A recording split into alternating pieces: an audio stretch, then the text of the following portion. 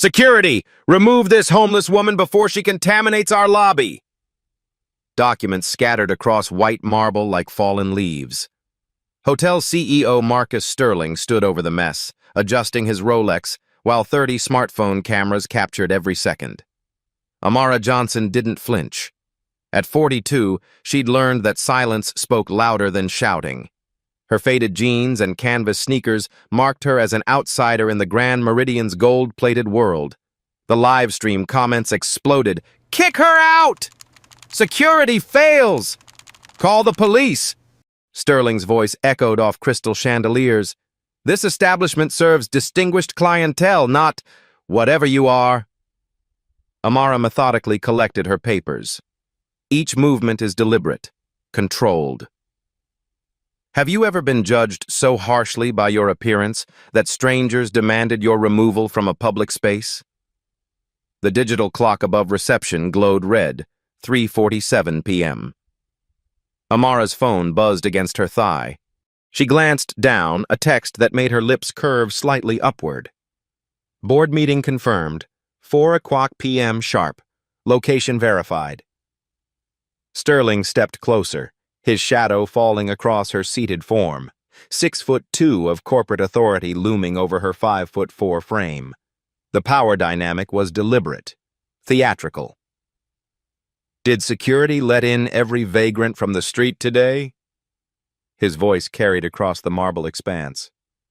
"Those shoes belong in a shelter, not my lobby."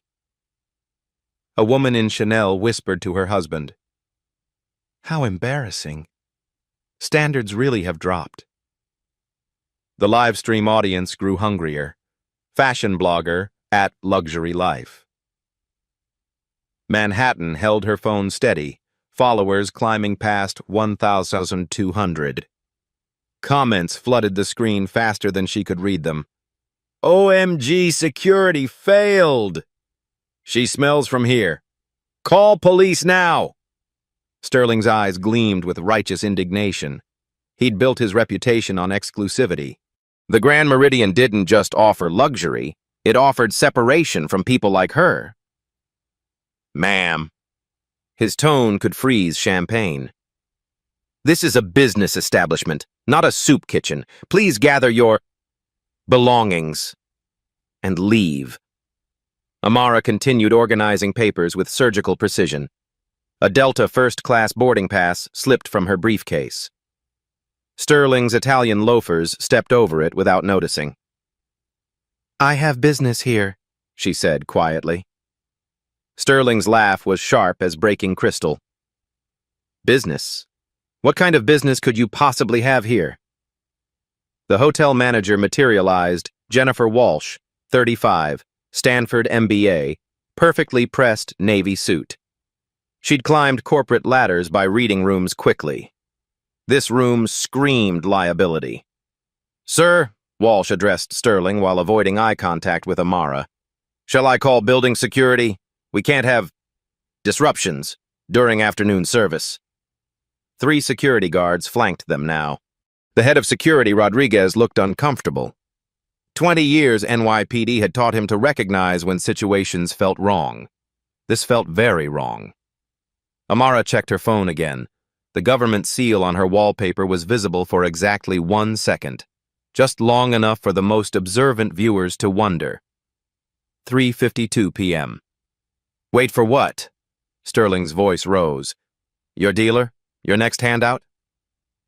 Silence stretched like piano wire.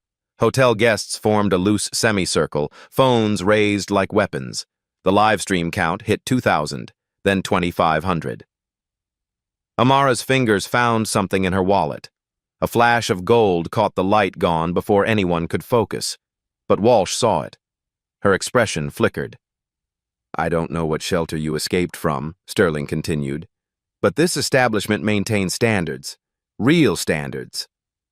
A child tugged his mother's Hermes bag. "Mommy, why is that lady sitting there?" "Don't look, sweetie. Some people don't know where they belong." The cruelty was casual, practiced. Amara had witnessed it countless times, the way wealth weaponized discomfort, how privilege disguised prejudice as policy. Her phone buzzed again. DOJ conference call, 4:10 p.m. She typed a response, screen angled away from cameras. They're calling you in 3 minutes. The reply was immediate. Perfect. En route. Sterling pulled out his phone, scrolled through contacts. This has gone far enough. Jennifer, document everything. I'm escalating this to the proper authorities. Walsh fumbled for her tablet. Of course, Mr. Sterling. Should I call the NYPD? No. Sterling's smile was predatory. This looks like federal fraud. Fake documents, suspicious behavior. I'm calling the FBI directly. Amara's slight smile returned. She folded her hands in her lap and waited. 3:55 p.m. The security guards exchanged glances. Rodriguez had seen that look before, the calm that came before storms. His hand moved instinctively to his radio, but he hesitated. Something about the woman's posture suggested she wasn't the threat here. Sterling dialed information. FBI Field Office, Manhattan. I need to report suspicious activity. The connection crackled through the lobby's acoustics. Amara could hear both sides of the conversation. FBI Special Agent Davis. This is Marcus Sterling, CEO of Grand Meridian Hotels. I have a suspicious individual with what appears to be fake federal documents, possible impersonation of a federal agent. Location? Grand Meridian, Manhattan, main lobby. She's been here 20 minutes, refusing to leave, displaying fraudulent credentials. Description? Sterling's voice carried vicious satisfaction. Black female, approximately 40, dressed like a homeless individual, carrying official-looking documents that are obviously counterfeit. Units dispatched. Remain on scene. Sterling ended the call with theatrical flair. The crowd murmured approval. Justice was coming. Ladies and gentlemen, he announced, FBI agents will arrive shortly to handle this situation professionally. You're about to witness federal law enforcement in action. Amara checked the time. 3:58 p.m. 2 minutes until everything changed. She gathered the last of her scattered papers, including a document stamped with official seals that no one had bothered to read carefully. The letterhead was partially visible. U.S. Department of... When the FBI gets here, Sterling declared, you're looking at 5 years in federal prison. Impersonating a federal agent is a serious felony. Amara looked up at him for the first time since he'd kicked her briefcase. Mr. Sterling, she said quietly, you're absolutely right about one thing. What's that? FBI agents take their work very seriously. 4 p.m. Exactly. The Grand Meridian's lobby had transformed into a digital coliseum. Phones pointed from every angle like modern gladiator weapons. The live stream audience swelled past 4,000 viewers, comments cascading faster than human eyes could follow. FBI coming? She's going to jail! Justice served! This is better than Netflix! Sterling paced behind the semicircle of onlookers, his confidence radiating like heat from summer pavement. This was his domain, his rules, his victory parade before the inevitable arrest. Every step was calculated theater, the CEO who'd saved his establishment from federal fraud. Manager Walsh positioned herself strategically, tablet recording everything for what she assumed would be evidence in a federal case. Her Stanford MBA hadn't prepared her for this level of drama, but it had taught her to document every detail that might become liability.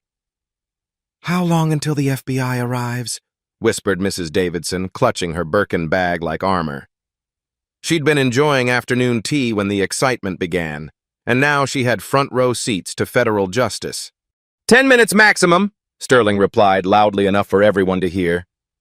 Federal agents don't waste time on obvious criminals. This will be textbook law enforcement. Security guard Rodriguez checked his watch. 4:02 p.m. Something gnawed at his gut, that cop instinct that had kept him alive through 2 decades of NYPD patrol. The woman wasn't acting like someone facing arrest. She was acting like someone waiting for an appointment. Her posture was wrong. Her breathing was too steady. Her eyes held no fear. Amara's phone buzzed against her palm. She glanced at the screen, typed a quick response. Her thumbs moved with the casual efficiency of someone texting colleagues, not desperately calling lawyers or family members for help. The blogger at Luxury Life Manhattan zoomed her camera lens, adjusting angles for maximum dramatic effect.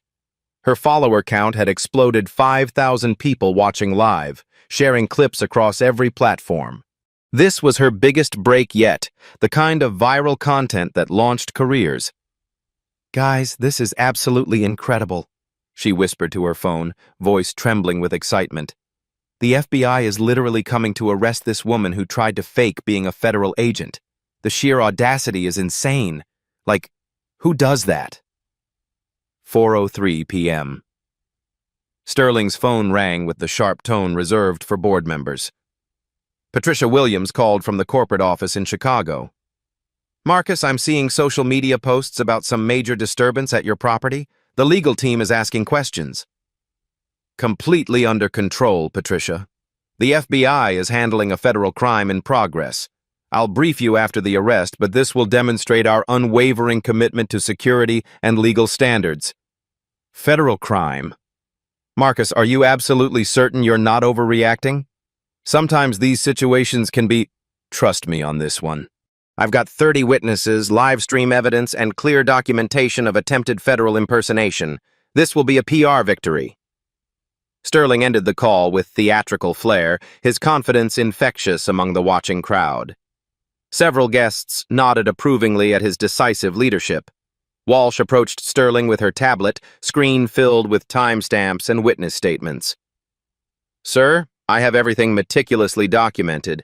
Timestamps, witness statements, video evidence from multiple angles.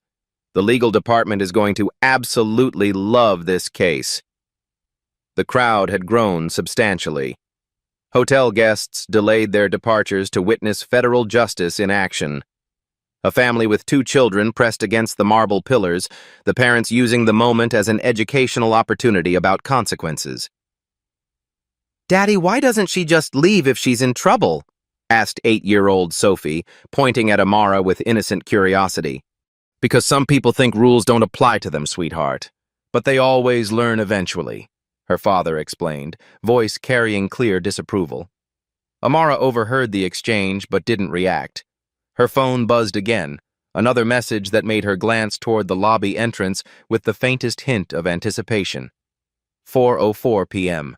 Sterling seized the moment, stepping into the center of the semicircle like a prosecutor addressing a jury. His voice boomed across the marble expanse, carrying the authority of someone accustomed to commanding boardrooms. "Ladies and gentlemen, I want you to understand exactly what you're witnessing here today. This individual attempted to deceive us with what are obviously counterfeit federal credentials. She thought her fake badge would intimidate honest, law-abiding citizens." Murmurs of approval rippled through the crowd like applause.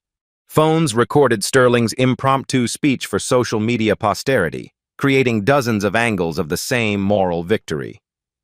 "But we didn't cave to intimidation tactics. We didn't bow to fraudulent authority. We called the proper federal authorities. The FBI takes impersonation of federal agents very seriously. It's a felony carrying up to 5 years in federal prison." At Luxury Life. Manhattan's live stream comments exploded with righteous enthusiasm. "The CEO is a total hero. This is how you protect our spaces. Lock her up and throw away the key. Finally, someone with backbone. This is what real leadership looks like. She picked the wrong hotel." The viewer count climbed past 6,200. The hashtag #FakeFBI was trending across 3 platforms simultaneously, spreading beyond New York to national attention. Rodriguez radioed his security team with growing unease. "All units, federal agents inbound ETA for 4 minutes. Maintain perimeter, but do not interfere with arrest procedures. Let the FBI handle their jurisdiction." His team responded with professional acknowledgement, but privately, they shared his mounting discomfort. In 2 decades of law enforcement, Rodriguez had arrested hundreds of people. Guilty people ran, screamed, denied, or broke down crying. This woman was doing none of those things. She was simply waiting. 4:05 p.m. Sterling strutted closer to Amara's chair, his Italian leather shoes clicking against marble like a countdown timer. Each step was deliberate, designed to emphasize the power dynamic, the successful CEO towering over the defeated criminal. "Ma'am, when federal agents arrive in approximately 3 minutes, I strongly suggest complete and total cooperation. Any attempt to flee or resist will only result in additional federal charges being filed against you." Amara looked up at him with steady, unblinking eyes. "Mr. Sterling, I have absolutely no intention of fleeing." Smart choice. Because there's literally nowhere to run. Hotel security has all exits covered, and Manhattan FBI responds to federal crimes with overwhelming force. "I'm exactly where I need to be, Mr. Sterling." Something in her tone, calm, certain, almost amused, made Rodriguez step noticeably closer. That was the voice of someone completely in control, not someone cornered and desperate. His hand instinctively moved toward his radio. Walsh noticed the shift in atmosphere, too. She'd spent years reading people across high-stakes negotiation tables. This woman wasn't displaying fear, desperation, panic, or guilt. She was displaying patience, anticipation, almost like she was looking forward to what came next. The blogger's voice carried across the lobby with barely contained excitement. "Guys, she's so weirdly calm it's honestly creepy. Like she doesn't understand what's about to happen to her. Maybe she's having some kind of mental breakdown?" 4:06 p.m. Sterling checked his $50,000 Patek Philippe ostentatiously, making sure everyone could see his expensive timepiece. Any moment now. FBI response time in Manhattan averages exactly 7 minutes for federal crimes. They should be walking through those doors right about now. Amara's phone buzzed one final time. She glanced at the screen, and for the first time in 20 minutes, she smiled. Actually smiled. "Lobby entrance. 30 seconds out." She typed back with steady fingers. "Ready and waiting." "What exactly are you smiling about?"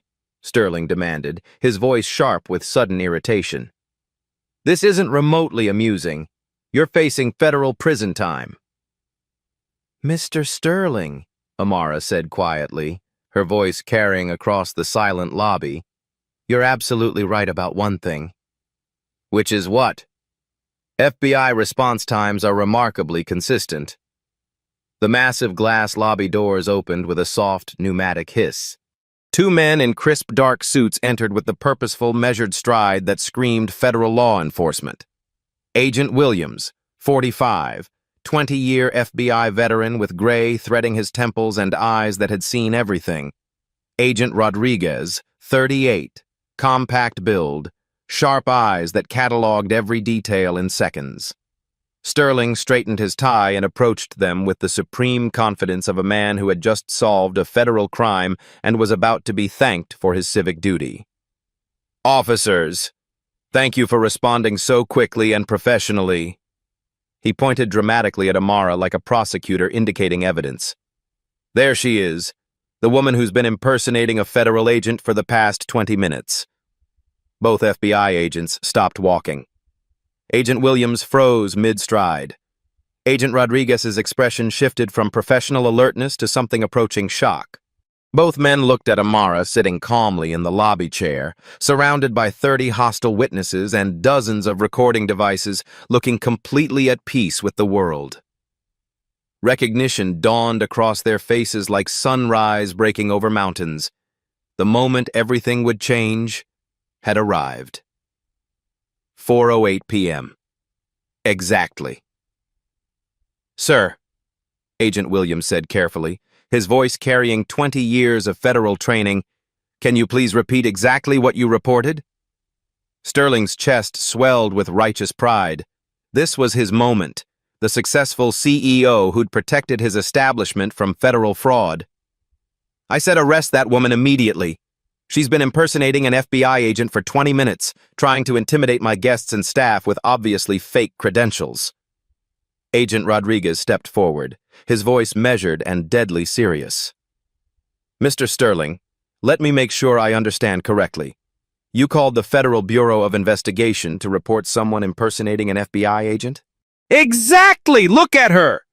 Sterling gestured wildly at Amara, his voice rising with indignation. Obviously homeless, clearly unstable, fake government documents trying to intimidate honest citizens with fraudulent federal authority. The lobby held its collective breath. 7,000 live stream viewers watched in real time as justice approached.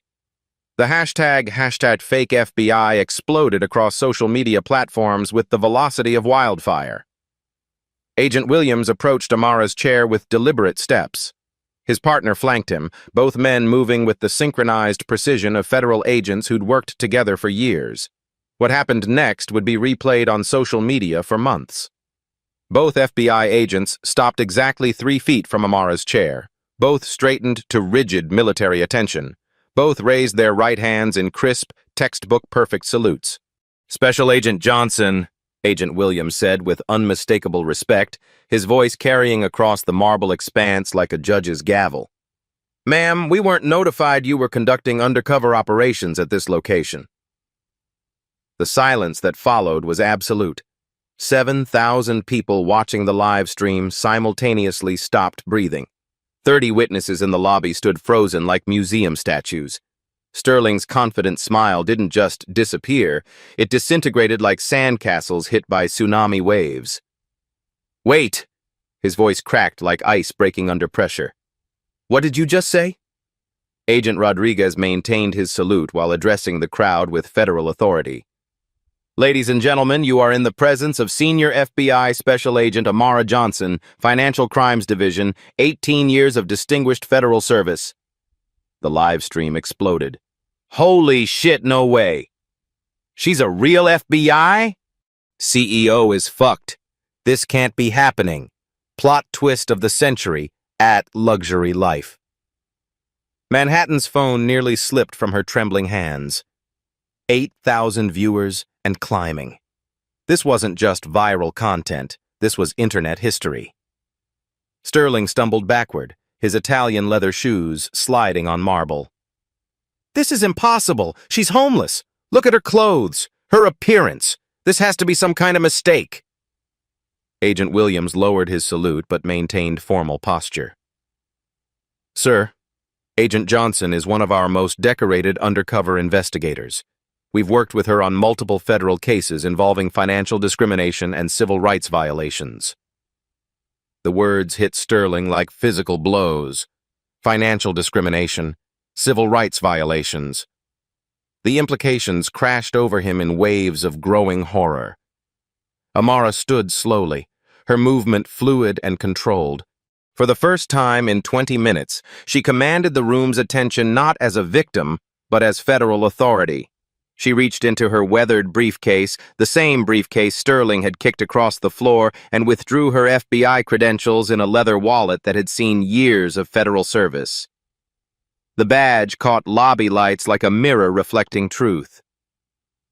Mr. Sterling, her voice carried a quiet power that made boardrooms tremble. Thank you for calling my colleagues. Agent Williams, Agent Rodriguez, I'm conducting an authorized undercover investigation into systematic civil rights violations at this establishment. Sterling's face drained of color until he resembled expensive marble. This can't be real. I demand verification. Anyone can buy fake badges online. This is harassment. Agent Rodriguez stepped forward, his voice carrying federal authority. Mr. Sterling, would you like us to verify Agent Johnson's credentials through FBI headquarters? I can have Deputy Director Morrison on the line in 30 seconds. Do it! Sterling shouted desperately. Prove this isn't elaborate fraud! Agent Williams pulled out his encrypted FBI phone and dialed a number that connected directly to federal headquarters. The call went on speaker, filling the lobby with the sound of federal verification. FBI Deputy Director Morrison's office. This is Agent Williams, badge number 7731. requesting identity verification for Agent Amara Johnson, badge number 4455. Stand by.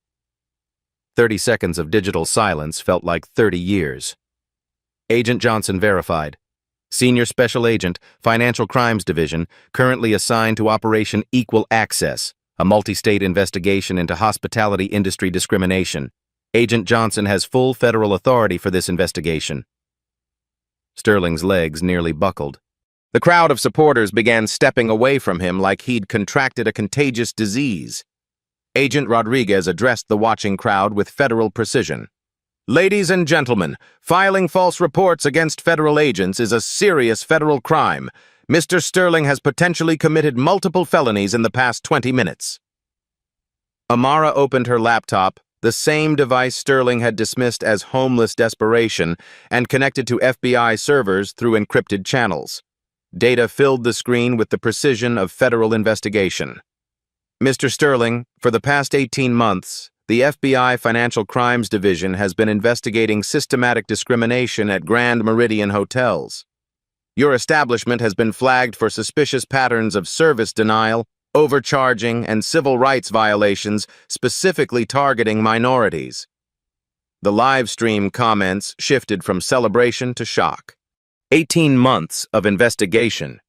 She's been watching them. They're so fucked. FBI doesn't play. Sterling's voice rose to near hysteria. You can't prove discrimination. Those people didn't belong here. Look at how she's dressed. Any reasonable person would... Mr. Sterling, Agent Williams interrupted with ice-cold federal authority. Are you stating for the record that appearance-based service denial is your official hotel policy? The trap snapped shut with audible precision. Walsh, the Stanford MBA hotel manager, finally found her voice. Mr. Sterling, perhaps we should contact corporate legal before... Shut up, Jennifer! Sterling spun toward her, desperation making him reckless. This is entrapment. Federal harassment. She was deliberately dressed like a homeless person. Amara's slight smile returned. Mr. Sterling, I was dressed exactly like myself, a federal agent conducting an undercover investigation. Your assumptions about my clothing, my appearance, and my right to exist in public spaces are precisely why the FBI Civil Rights Division flagged your establishment. Agent Rodriguez consulted his federal handbook. Sir, you've now committed the following federal crimes in the presence of federal agents: filing false FBI reports, obstruction of a federal investigation, civil rights violations, and assault on a federal officer. Assault? Sterling's voice cracked completely. I never touched her. You kicked Agent Johnson's briefcase, scattering federal documents and potentially destroying evidence. That constitutes assault on a federal agent. The crowd that had cheered Sterling 20 minutes earlier now pressed against walls, desperate to distance themselves from federal crimes. Phones that had recorded Sterling's moral victory now captured his complete destruction. Luxury Life Manhattan whispered to her audience of 12,000 viewers, Guys, I think we just witnessed the biggest plot twist in internet history. This man called the FBI to arrest him, and it's all on camera. Security guard Rodriguez approached the federal agents with obvious relief.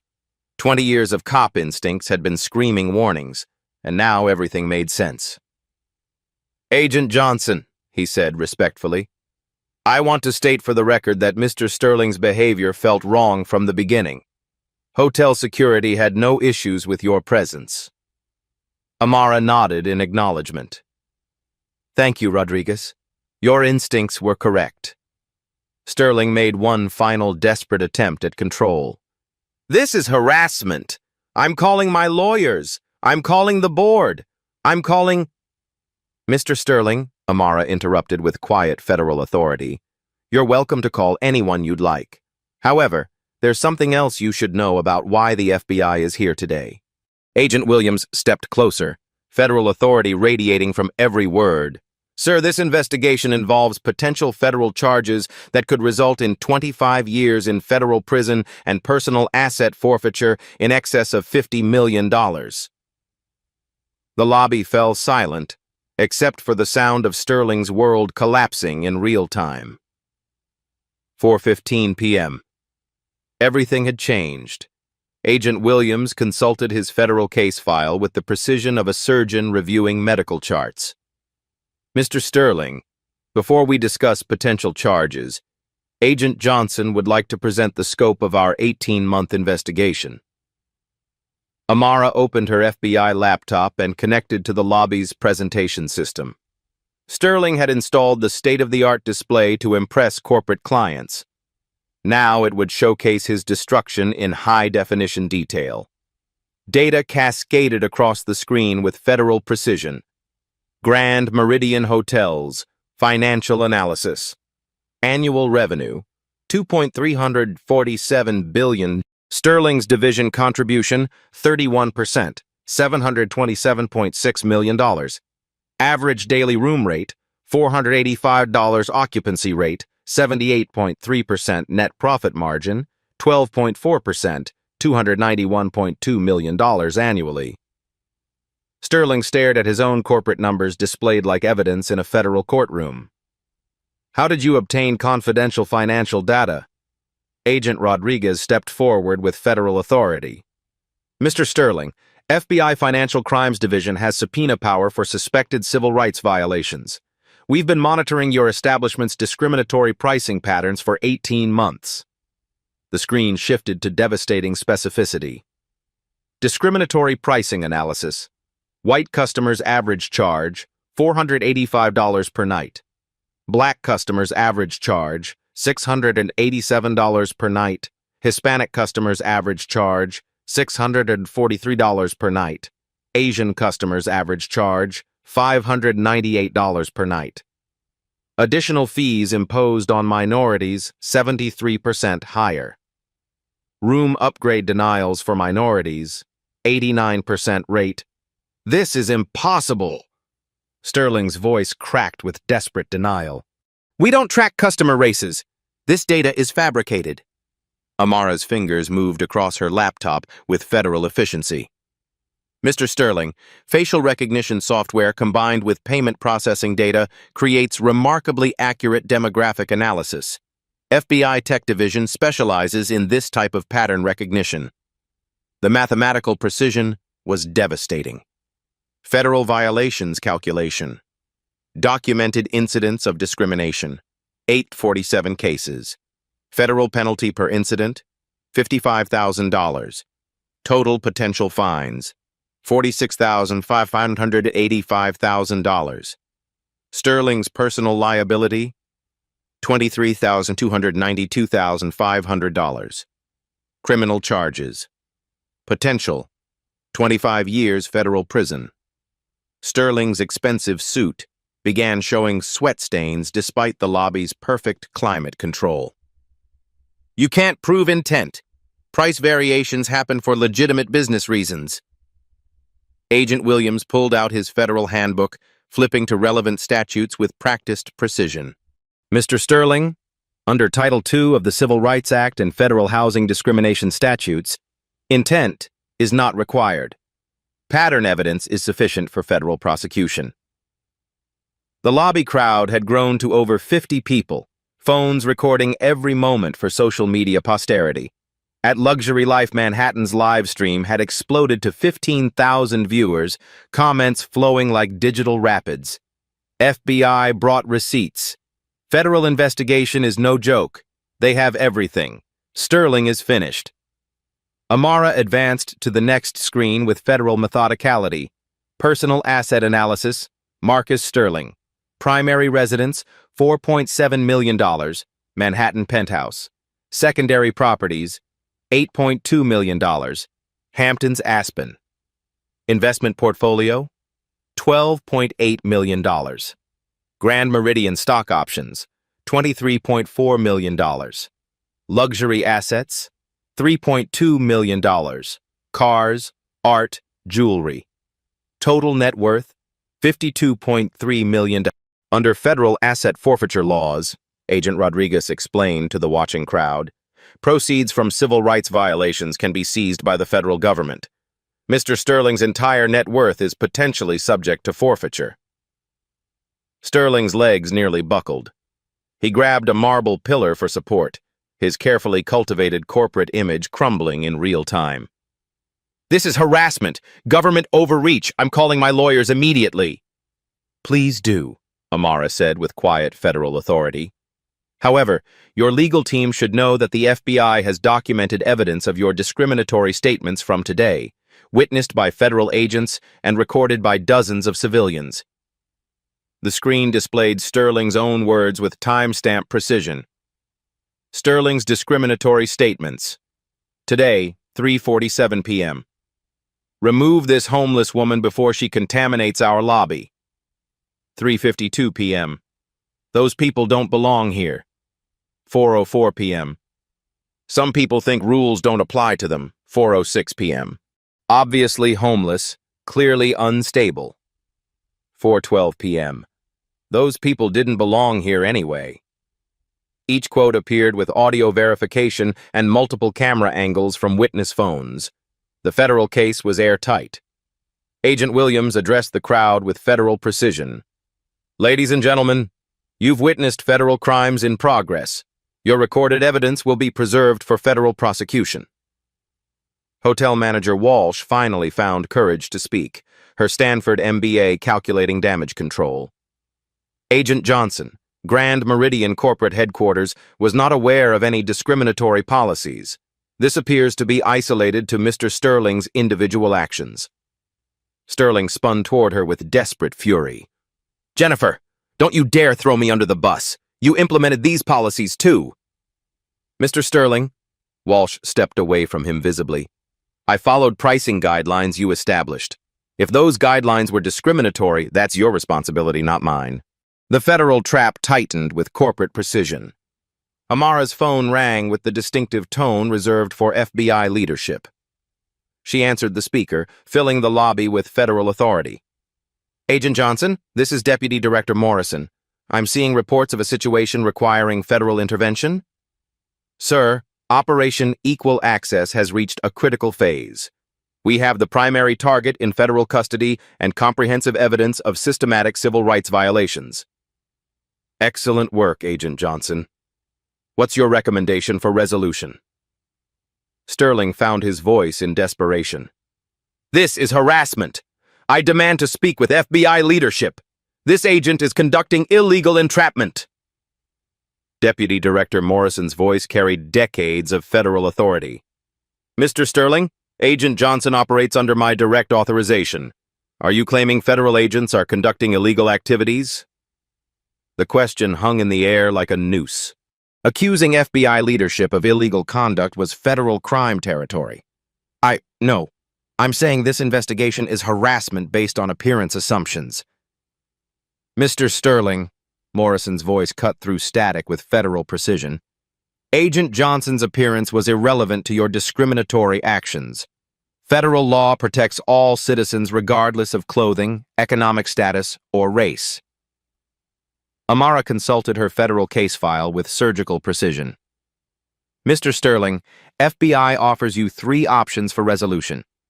Option 1, full federal cooperation, complete admission of discriminatory practices, full restitution to all 847 identified victims, implementation of federal monitoring systems, personal fine of $5 million, resignation from all Grand Meridian positions. Option 2, limited federal cooperation, partial admission with corporate policy changes, restitution to documented victims only, federal oversight for 24 months, personal fine of $15 million, demotion with federal monitoring. Option 3, federal prosecution, 25 years, federal prison sentence, $52.3 million asset forfeiture, federal civil rights violation conviction, permanent hospitality industry ban congressional testimony requirement. The mathematical precision was terrifying. Sterling had built his career on numbers, and these numbers spelled complete destruction. Agent Rodriguez stepped forward with federal authority. "Sir, you have 60 seconds to choose. FBI doesn't negotiate extensively with civil rights violators." The live stream audience held collective breath. 16,000 viewers watching federal justice in real time. Sterling's phone buzzed frantically. Board members, lawyers, crisis management teams. His corporate world was collapsing faster than controlled demolition. "I need time to consult lawyers," he stammered desperately. "Mr. Sterling," Amara's voice carried quiet federal power, "you've had 18 months while the FBI collected evidence. Federal jurisdiction operates on federal timelines, not corporate convenience." Agent Williams checked his federal chronometer. 30 seconds remaining, sir." The crowd pressed closer, phones recording Sterling's complete corporate destruction. This was internet history, a CEO's discriminatory empire crumbling in real-time federal justice. Sterling looked around desperately for support, allies, and escape routes. He found only hostile witnesses, federal agents, and recording devices documenting his fall from corporate grace. His expensive watch ticked toward federal consequences. 10 seconds, Mr. Sterling," Agent Rodriguez announced with federal precision. Sterling's voice cracked completely. I choose option 1, full cooperation." The lobby erupted with digital celebration. Federal justice had prevailed in high-definition detail. Amara closed her laptop with federal finality. "Mr. Sterling, the FBI will process your cooperation agreement. However, there's one final matter you should understand about today's events." She looked directly into his eyes with federal authority that made boardrooms tremble. "This investigation extends far beyond one hotel. Grand Meridian corporate headquarters is about to receive federal subpoenas for system-wide discrimination analysis." Sterling's world didn't just collapse, it vaporized completely. 4:23 p.m. Federal justice was just beginning. Amara's encrypted FBI phone rang with the distinctive tone reserved for federal emergency communications. She answered with professional precision while maintaining eye contact with Sterling's defeated form. "Agent Johnson." "This is FBI Director Harrison calling from Washington." "Agent Johnson, I'm watching live stream coverage of your operation.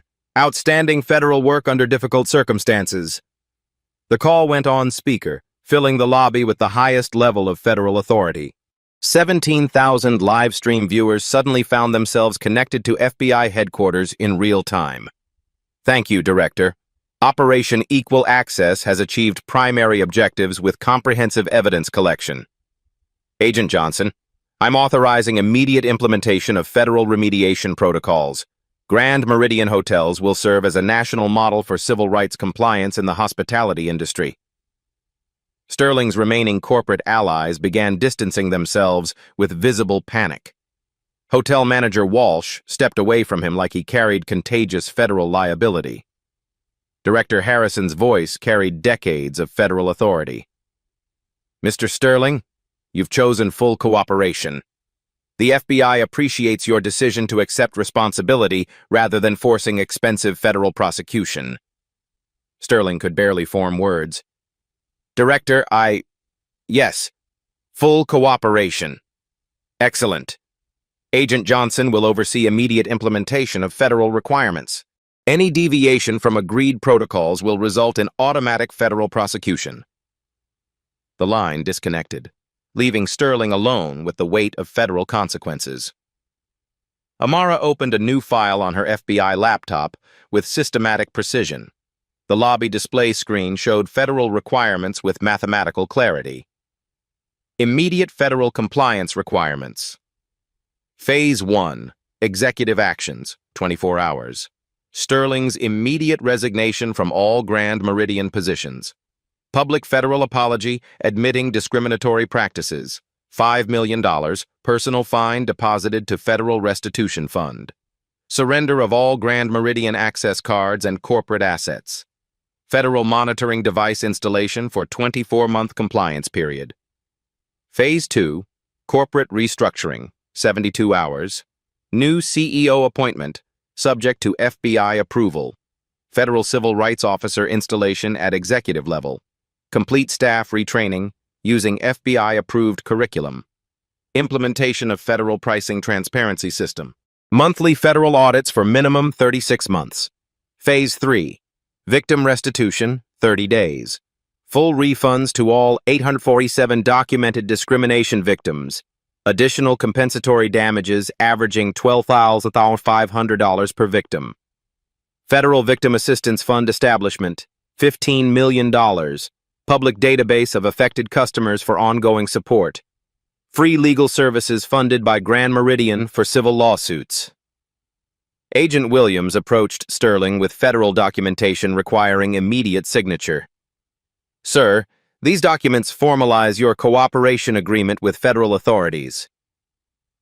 Sterling's hands trembled as he reviewed pages of federal requirements.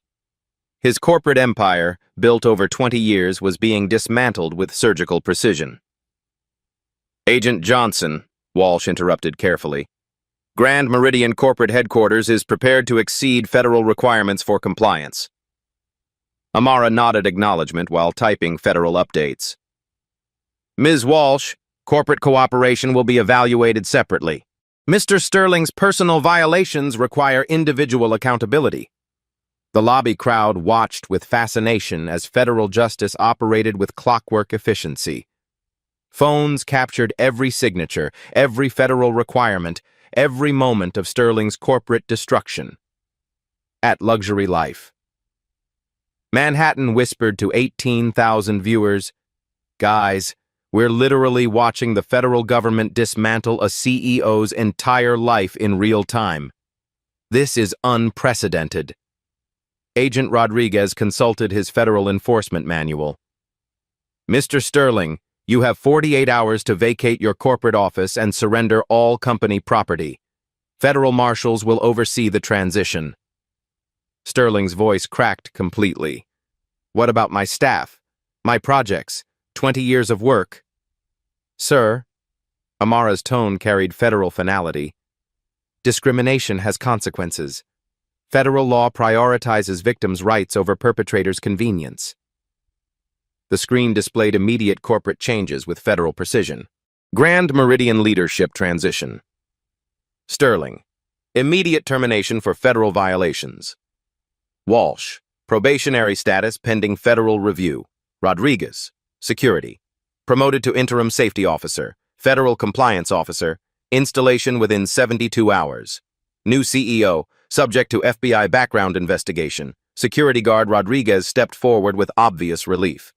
Agent Johnson, I want to formally report that Mr. Sterling ignored multiple staff concerns about discriminatory policies over the past 18 months. 3 hotel employees emerged from the crowd, emboldened by federal protection. Front desk supervisor Maria Santos.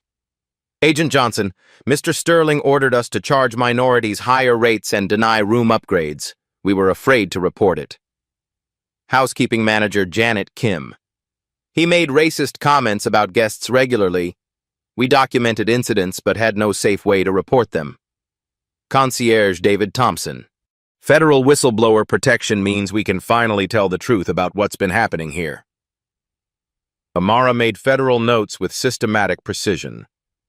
Your testimonies will be included in the federal case file. FBI protects employee whistleblowers under federal statute. Sterling watched his former employees testify against him with growing horror. The corporate loyalty he'd assumed was evaporating under federal pressure. Agent Williams consulted his federal chronometer. Mr. Sterling, you have 6 hours to complete your public federal apology. The FBI Communications Department will review all statements before release. What exactly am I supposed to say? Sterling's voice carried desperate confusion. Amara provided federal guidance with clinical precision. Admit discriminatory practices, accept full responsibility, apologize to victims, commit to personal accountability, and acknowledge federal authority in civil rights enforcement. The required statement appeared on screen with federal specificity. Required public statement, Marcus Sterling. I, Marcus Sterling, admit to systematic discrimination against minority customers at Grand Meridian hotels. For 18 months, I implemented policies that violated federal civil rights laws.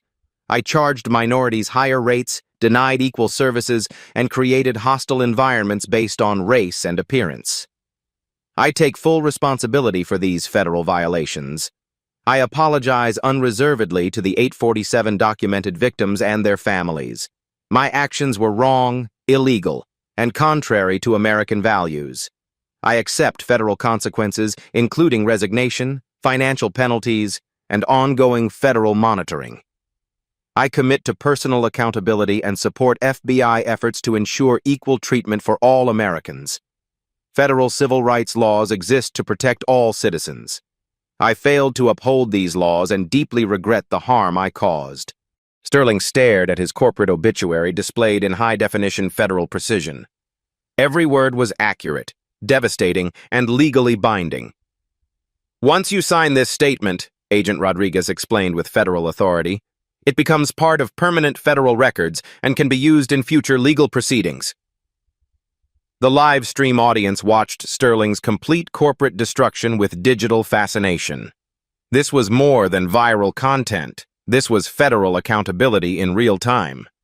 Sterling's phone buzzed frantically with calls from board members, lawyers, and crisis management teams. His corporate network was abandoning him faster than sinking ship evacuation. "Sign here, Mr. Sterling." Agent Williams indicated federal signature lines with professional precision. Sterling's signature looked like a dying person's final act. Each letter marked the end of his corporate existence. Amara closed the federal case file with systematic finality. "Mr. Sterling, FBI considers this matter resolved pending your complete compliance with federal requirements. Any deviation will result in immediate federal prosecution." She addressed the lobby crowd with federal authority. "Ladies and gentlemen, you've witnessed federal civil rights enforcement in action. This case demonstrates that discrimination has serious federal consequences regardless of wealth, status, or corporate position." The crowd began dispersing, phones still recording, conversations buzzing with the magnitude of what they'd witnessed. Agent Williams and Agent Rodriguez flanked Sterling as he gathered his personal belongings, wallet, keys, phone, everything else belonged to federal evidence or corporate asset forfeiture. "Agent Johnson," Sterling's voice carried broken desperation. "What happens to me now?" Amara looked at him with federal precision that contained no malice, only professional accountability. "Mr. Sterling, you learn to live with the consequences of discrimination. Federal monitoring will ensure you never forget what happened here today." Sterling walked toward the lobby exit, escorted by federal agents, his 20-year corporate empire reduced to personal belongings that fit in a small cardboard box. The Grand Meridian lobby returned to afternoon quiet, but everything had changed forever. Federal justice had prevailed. 4:45 p.m. A new era of accountability had begun. 6 months later, the Grand Meridian lobby gleamed with more than marble polish. It radiated the quiet dignity of federal accountability. A bronze plaque near the reception desk read, "Equal Treatment Guaranteed. Federal Civil Rights Compliance Verified." Amara Johnson stood in the same spot where Sterling had kicked her briefcase, now wearing her FBI dress uniform for a federal civil rights conference. The transformation was complete, systematic, and irreversible. The numbers told the story with mathematical precision. Operation Equal Access. Final results. Total victims compensated, 847 individuals. Financial restitution distributed, $23.7 million. Federal policy changes implemented. 127 hotels nationwide. Criminal convictions secured. 12 executives. Civil rights training programs established. 50 states. Federal monitoring systems installed. 847 properties Agent Williams approached with federal updates that would reshape hospitality industry standards permanently. Agent Johnson, congressional testimony scheduled for next Tuesday. The House Civil Rights Subcommittee wants your personal account of discriminatory practices in corporate America. The ripple effects had exceeded FBI projections.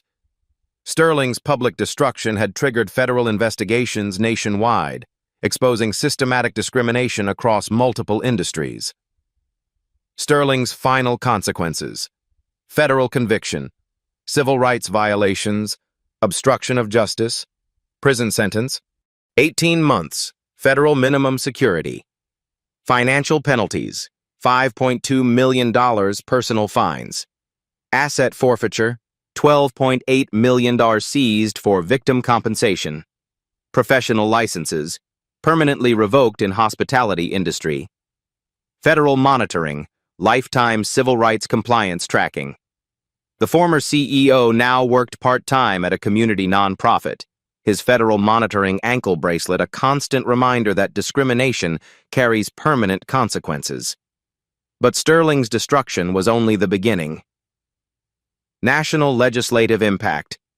Equal Access Hospitality Act passed both houses of Congress. Federal funding allocated $500 million for discrimination monitoring.